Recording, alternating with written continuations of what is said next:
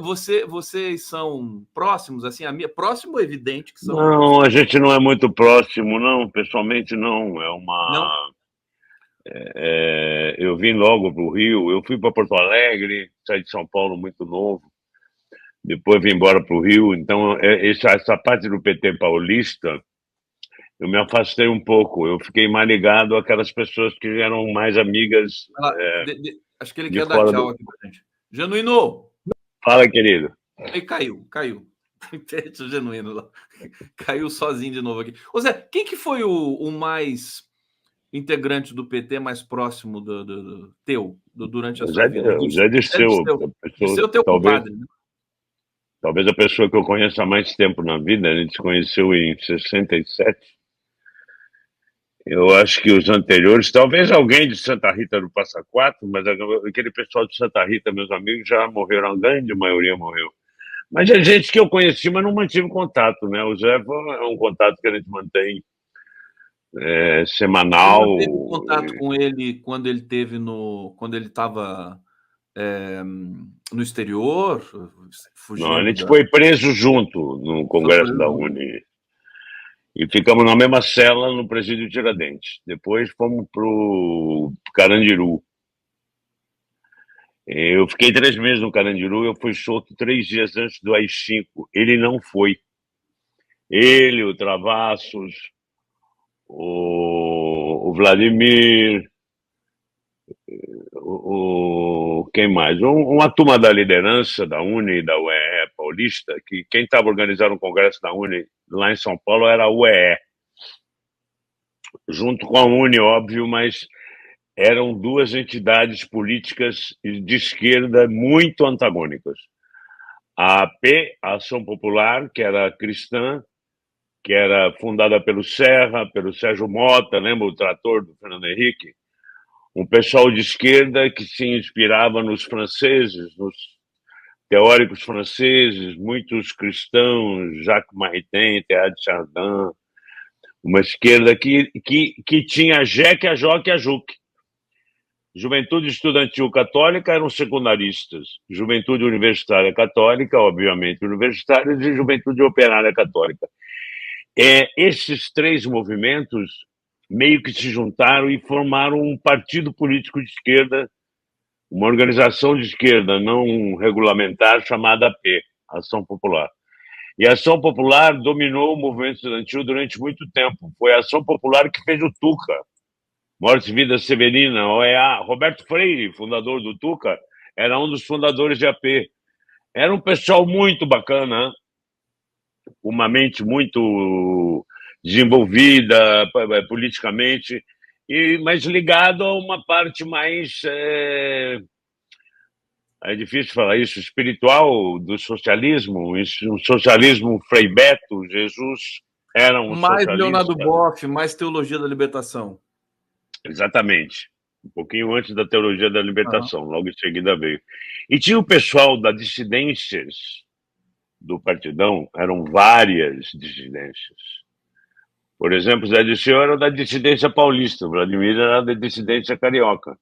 Quer dizer, era um pessoal originário do Partidão, mas que começaram a pensar contra o Partidão, principalmente em atitudes que o Partidão era muito, sabe, transatlântico, não faz curva fechada. Eles eram muito pesados, e aí foram contra a luta armada contra a ditadura.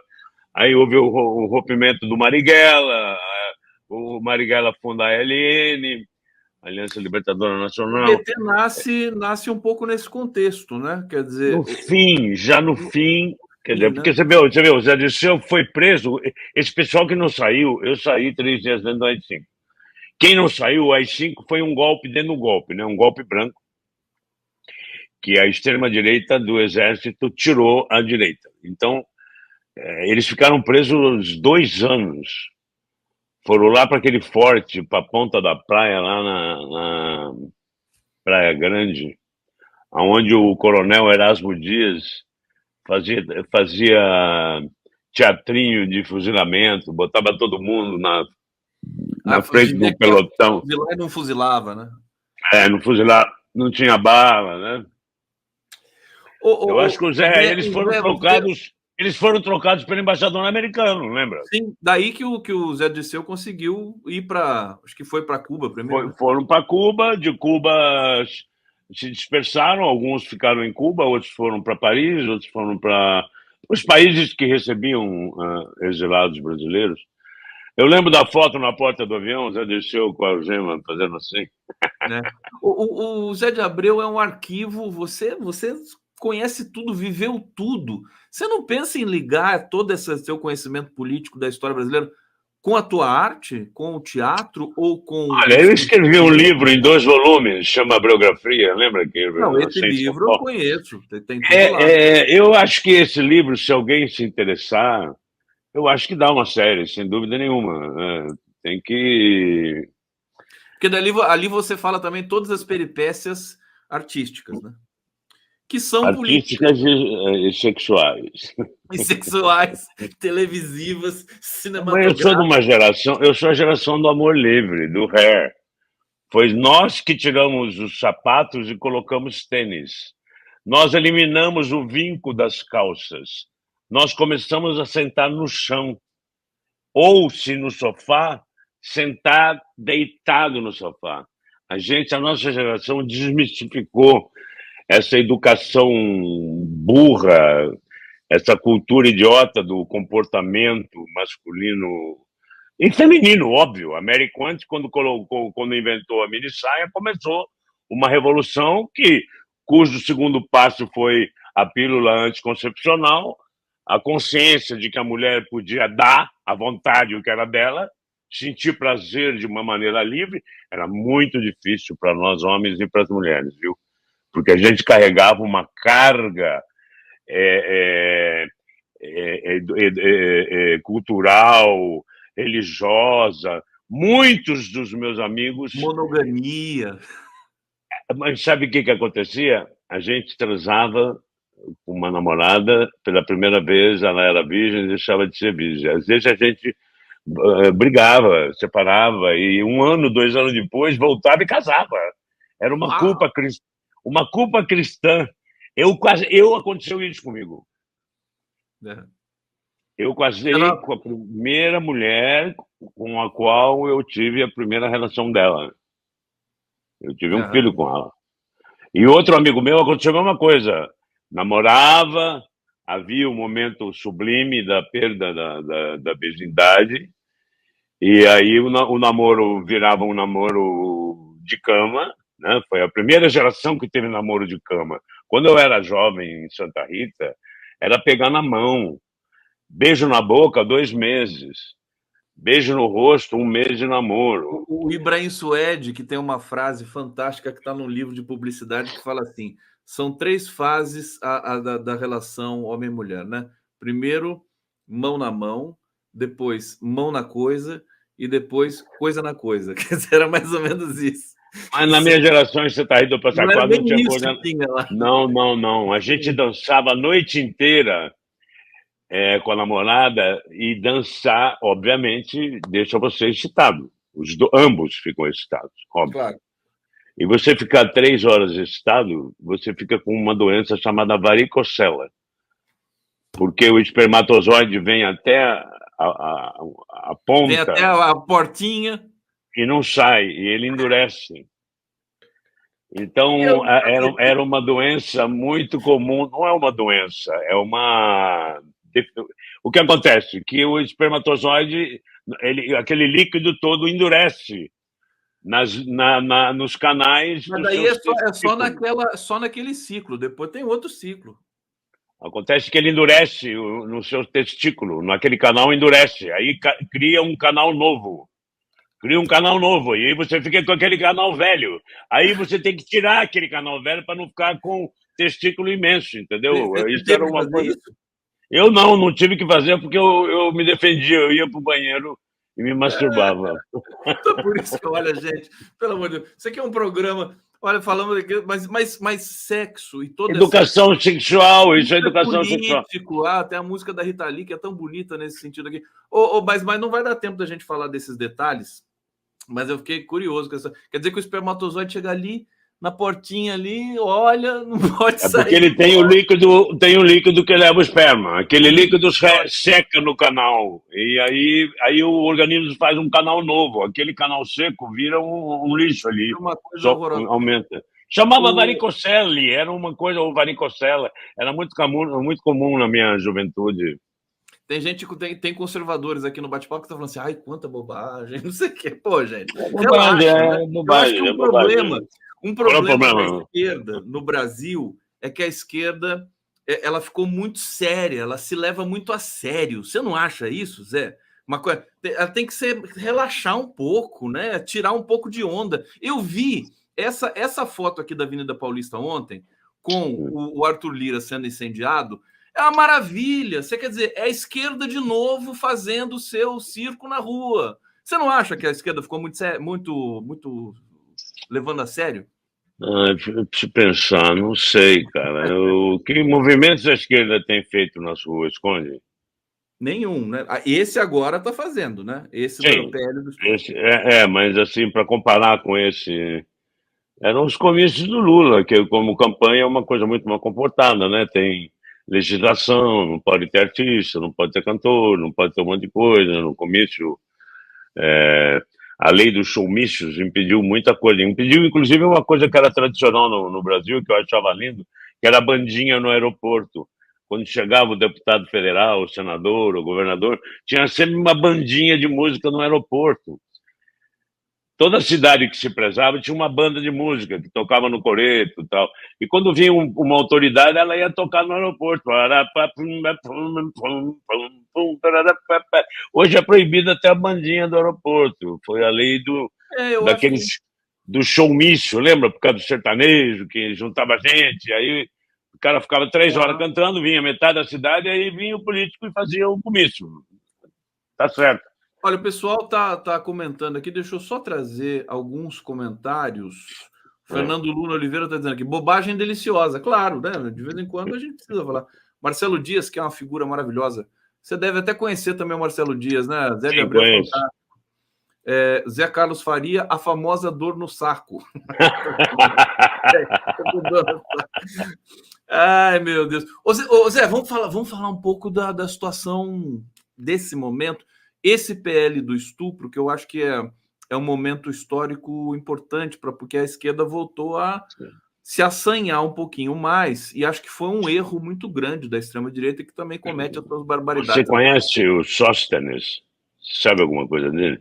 Eu conheço ele de vê-lo falar nas tribunas. O Malafaia foi deputado federal. Não gostou. Perdia muito tempo, ganhava mais dinheiro sendo pastor, botou o Sóstenes no lugar. E o Sóstenes foi eleito. Você vê a foto do Sóstenes no dia que ele tomou posse e vê hoje, é outra pessoa. Levou um banho de loja, fez lifting, trocou de óculos. Agora, a cabeça continua uma merda. Ele foi assessor do Lindenberg em Nova Iguaçu. Teria sido até filiado ao PT. Daí descobriu essa ponte com a igreja e mudou de lado. Como ele foi escolhido pelo Malafaia, deve ter sido eu chamo ele de cachorrinho do Malafaia, deve ter sido pela obediência cega e indiscutível ao Malafaia. Eu acho que, colegas meus, deputados de vários partidos, dizem que é um ser humano deplorável, irradia uma energia ruim, sabe? Esse cara me perseguiu na CPI da Lei Rouanet, ele era vice-presidente. Se você for lá, olha lá na internet, eu sou o primeiro convocado da CPI da Lei Rouanet. Ele nunca convocou. E eu batia nele na internet todo dia. Um dia ele falou que ia mandar o jatinho da Federal me pegar em Paris. Eu estava morando na França, a convite do governo francês. Olha a ignorância da figura. Como se a Polícia Federal tivesse exercício sobre outro país. Ele achou, acho que federal era em todas as federações do mundo, né? Que um dia eu falei, se eu me compro uma passagem de executivo, eu vou na boa. É só me convocar que eu vou, não precisa me convocar, é só me convidar, é só marcar um dia eu vou. Mas Já você vai pensou pagar Zé de passagem. Abreu numa comissão da Câmara? Que divertido que não ia ser isso aí. Eu ia dar uma aula de Lei Rouanet para eles, que eles não sabem porra nenhuma. Tanto Eles que não eles sabem não nada. chegaram a conclusão nenhuma. O presidente era o chefe da bala lá, como é, Braga? Um ex-delegado de Brasília que tem um processo no Supremo por usar a arma privativa do Exército. E ele era o comandante da bancada da bala. Como era o nome dele? Ele foi presidente da CPI da Cultura, veja você. O segundo, o vice-presidente, era o Sóstenes Cavalcante. Me ameaçava, mas ele não tinha nada contra mim. Mas, José, fala um pouco pra gente sobre essa Eu história. acho que eu queria falar da PL, porque eu acho que coube ao Sóstenes esse papel, né, de pau-mandado do Malafaia, de colocar esse absurdo no ar. Eu acho que aí tinha dois caminhos, entendeu? Ou pegava ou não pegava. Se pegasse, eu acho que eles iam para frente. Eles iam para frente. Como não pegou, eu acho que eles recuaram e agora vamos ver. Ele está ameaçando jogar a PL do nasciturno, que é muito pior, né? Ele está ameaçando endurecer. Agora eu duvido, porque sem apoio do Lira, ele não vai para Agora, lugar o nenhum. Arthur Lira meteu a mão naquela caixa podre daquele monte de projetos que ficaram todos parados ali, inclusive no governo Bolsonaro, para fazer uma grande chantagem agora, né? Você está acompanhando esse processo dele? Sim, tem um monte de lei, né? Tem das praias, A dos das praias jogos. também, que deu Os péssimo, né? jogos, cassino, lembrar, jogo, cassino, Exatamente. tudo isso Essa aí, eu passou. não sei. Mas aí bate de frente com os conservadores, né? Porque eu acho que a bancada cristã e evangélica não gosta muito dessa história, não. De cassino, né? É porque compete com eles, vai tirar dinheiro do dízimo. E vai competir na lavagem de dinheiro também, né? Na lavagem de dinheiro, bicho. Mas passou. Agora tá lá na mão do Lula. Ele veta ou não veta? Não, o Lula disse que não vai vetar. Ele falou que não vai vetar. Ele disse que não vai vetar. Olha, se você pensar, todos os países desenvolvidos do mundo têm jogo. É raríssimo. A Argentina não pode ter em terra, mas tem no mar. Então tem um navio cassino em Buenos Aires, tem uma pontezinha que leva. Que leva para o navio lá. Eu acho que vão contra. Eu não gosto muito dessa. É que eles dizem que vai ter. Também não gosto, mas você não pode também, você julgar o brasileiro. O povo brasileiro é o único do mundo que não pode ter jogo livre, porque vai se fuder, vai gastar mais. Não. Você está achando que o povo brasileiro é mais idiota do que os outros povos. Eu acho que o povo brasileiro é tão idiota quanto os outros povos. As pessoas se deixam viciar, estão no tigrinho, perdendo ontem, uma mulher perdeu 200 mil no tigrinho. A época do bingo, me lembro, dos bingos, o número de coroas, lembra, que quebravam, faliam, vendiam um apartamento. Teve uma atriz famosa que iam no bingo, ficavam viciadas lá e tal. Ficavam viciadas e perdiam muito dinheiro. E teve umas 2 ou 3 atrizes que eu me lembro que na época também não saía do bingo e perderam dinheiro e tal. Agora, isso aí é uma coisa que eu acho que é uma questão de educação pessoal. Acho que você proibir. Talvez a explicação seja justamente essa, que o brasileiro esteja aquém ainda no nível educacional. Talvez eu possa estar falando uma besteira imensa aqui, mas diferentemente dos outros países que têm, né, jogos, e que isso pode causar um alvoroço todo. Agora, deixa eu só colocar um tempero nessa história, que são as facções criminosas. O Brasil está se tornando o país das facções criminosas, cara. É uma coisa impressionante. Eles dominam o judiciário, dominam no Rio de Janeiro, então não dá nem para o próprio legislativo, executivo, operações. O PCC tem operações em todos os continentes, na África, na Europa, nos Estados Unidos.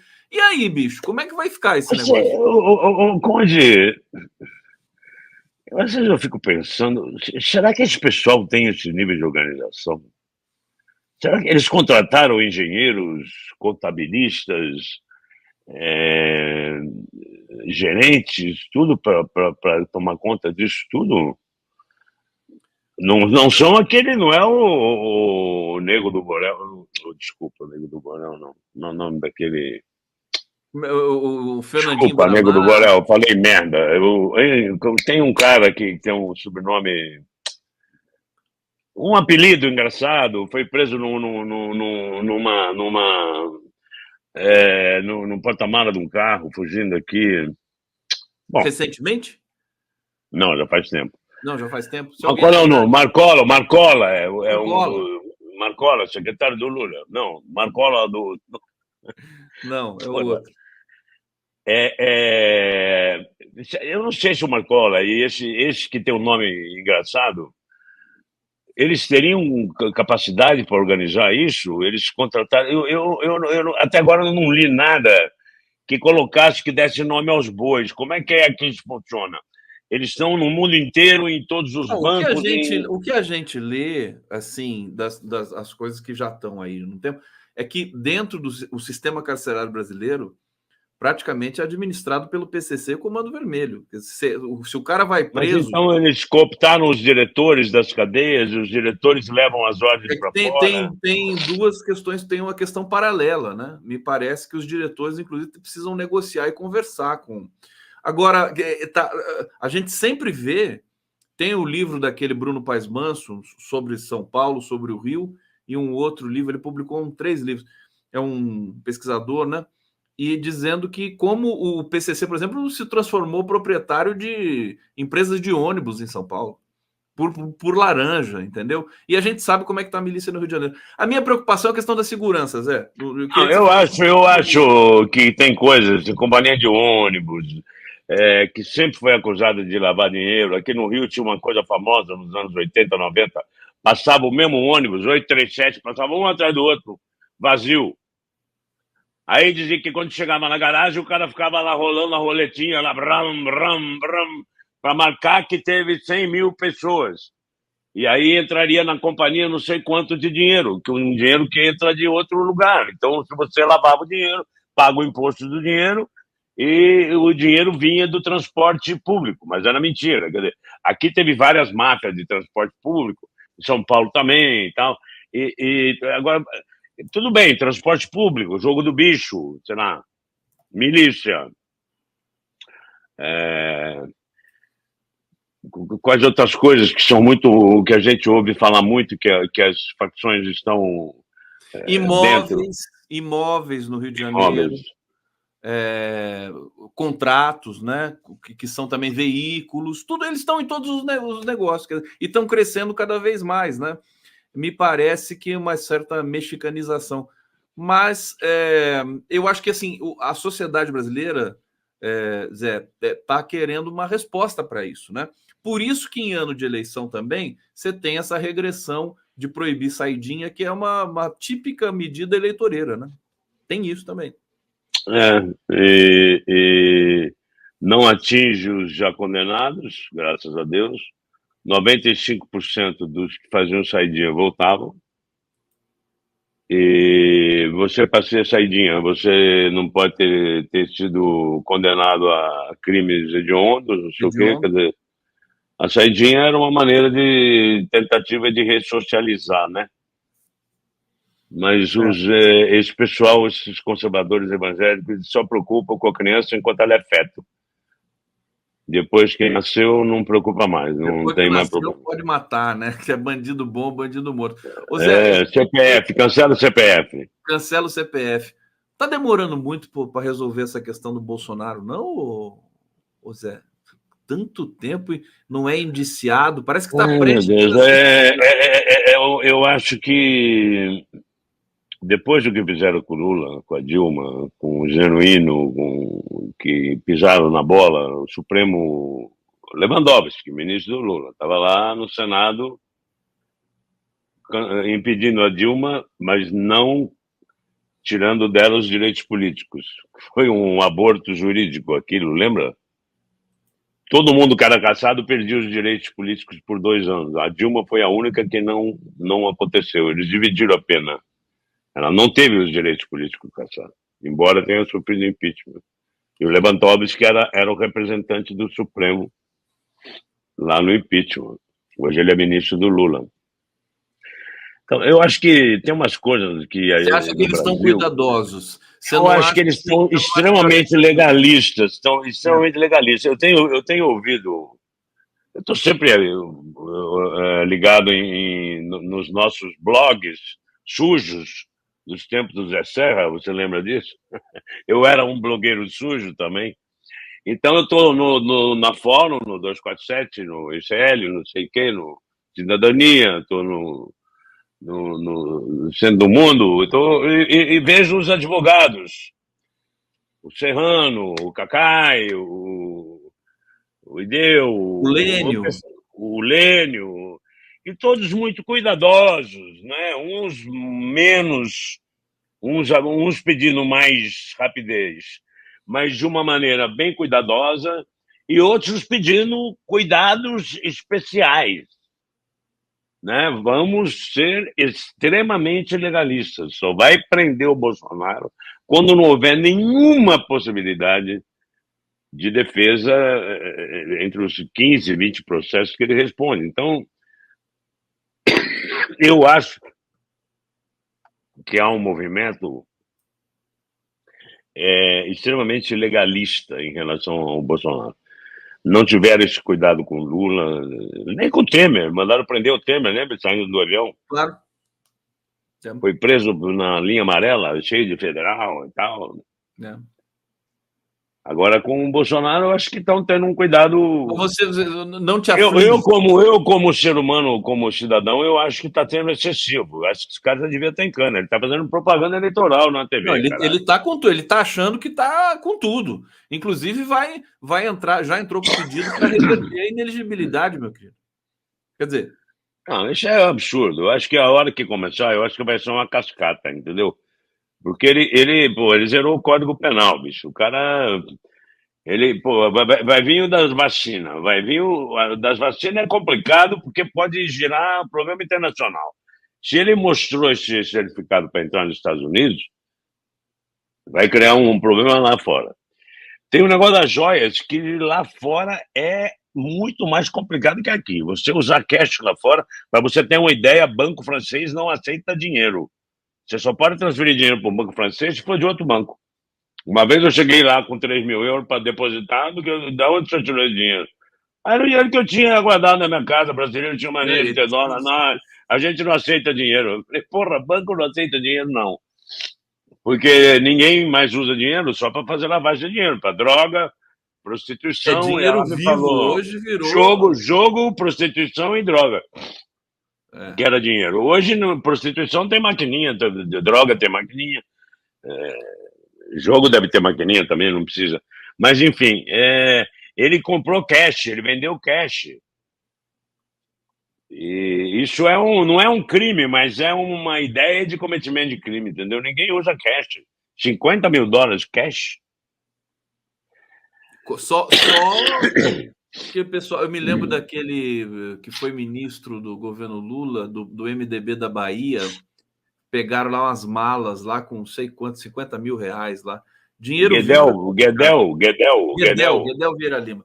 Ô, Zé, e esses 180 criminosos condenados, pré-condenados, no 8 de janeiro, que se empirulitaram para a América do Sul, fugiram, cortaram a tornozeleira eletrônica e se mandaram.